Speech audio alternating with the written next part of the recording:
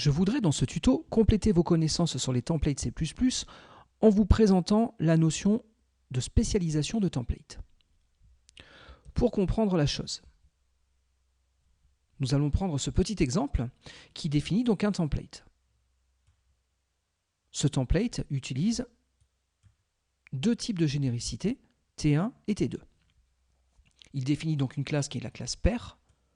Je m'inspire de la classe pair qui est déjà définie, déjà existante au niveau du standard C++. Et donc cette classe pair définit un premier attribut first de type T1 et un second attribut second de type T2. Bon, je fournis ici qu'une seule méthode, à savoir le constructeur, et comme ça reste de la démonstration, je me permets, même si j'aime pas trop cette technique-là, mais je me permets de définir la méthode directement au niveau de la déclaration. Et donc, je stocke les paramètres passés à mon constructeur dans mes deux attributs, et notez, pour bien voir par où je passe, je fais ici un affichage qui présentera donc master template. Regardez, ici je crée une paire, et je fixe T1 à const char étoile, et je fixe T2 à const char étoile.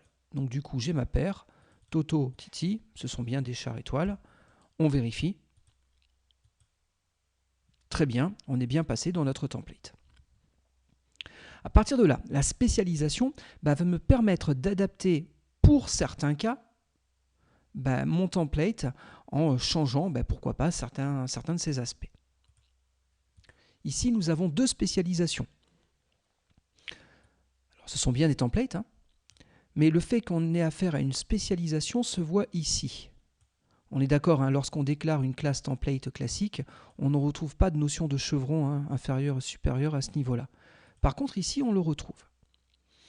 Et donc, notre template n'a plus qu'un seul et unique type de généricité, c'était.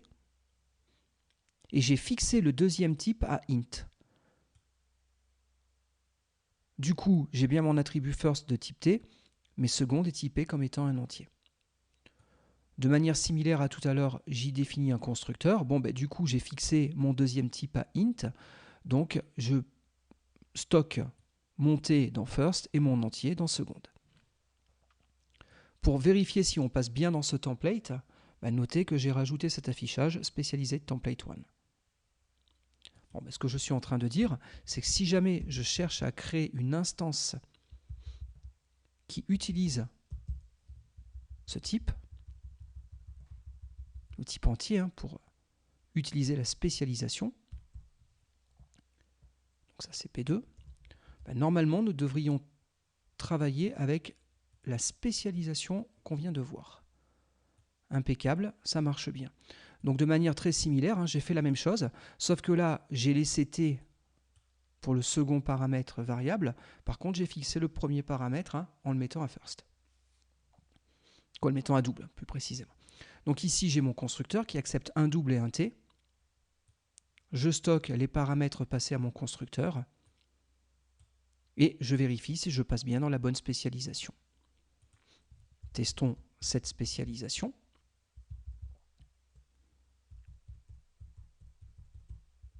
Voilà, donc je passe un double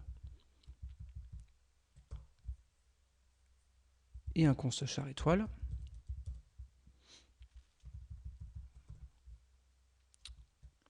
Ce sera P3. A priori, tout compile correctement.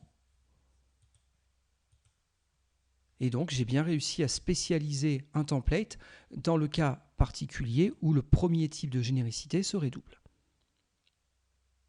La question qu'on est en droit de se poser maintenant, c'est qu'est-ce qui se passe si jamais je cherche à utiliser un template, comme mon template, mais pour les types double et int. Je vais l'appeler pair4, et donc mon double c'est ça, mon entier c'est 15. Notez que là nous avons un petit problème. Effectivement, nous avons affaire à une erreur de compilation, et cette erreur me dit que là on a en gros deux possibilités, et donc du coup le système ne sait pas faire parce que c'est trop ambigu, et qu'il ne préfère pas choisir soit une spécialisation, soit une autre. C'est vrai que dans l'absolu, on aurait autant de chances d'utiliser celle-ci que celle-ci. Donc pourquoi en privilégier une plutôt que l'autre? Le compilateur en tout cas refuse de faire ce choix-là. Si vous voulez que cette ligne compile, Il vous reste une dernière solution. La dernière solution, ce serait de faire une spécialisation totale. Regardez, j'enlève tout type de généricité. Pour autant, ça reste bien un template. Mais c'est un template que je vais utiliser que et uniquement que si le premier paramètre est fixé à double et si le deuxième paramètre est fixé à int. Bon, bah, du coup, ici, je prendrai bien un double et un entier. On va l'appeler i. Et histoire de vérifier si je passe bien dans cette spécialisation,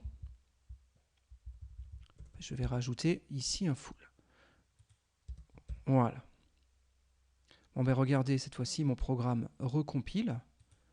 Et donc, à partir de là, ben, l'erreur vient de disparaître. Si jamais je relance mon programme, ben, effectivement, la spécialisation totale a bien prise pour mon dernier cas au niveau du main. Donc voilà, donc une spécialisation de template, c'est la possibilité de redéfinir un template, mais spécifique pour un ou plusieurs types qu'on va fixer. À partir de là, s'il est invoqué, c'est la spécialisation qui va prévaloir sur le modèle de base. Voilà, donc n'hésitez pas à utiliser ce concept si vous le jugez utile dans certains de vos développements.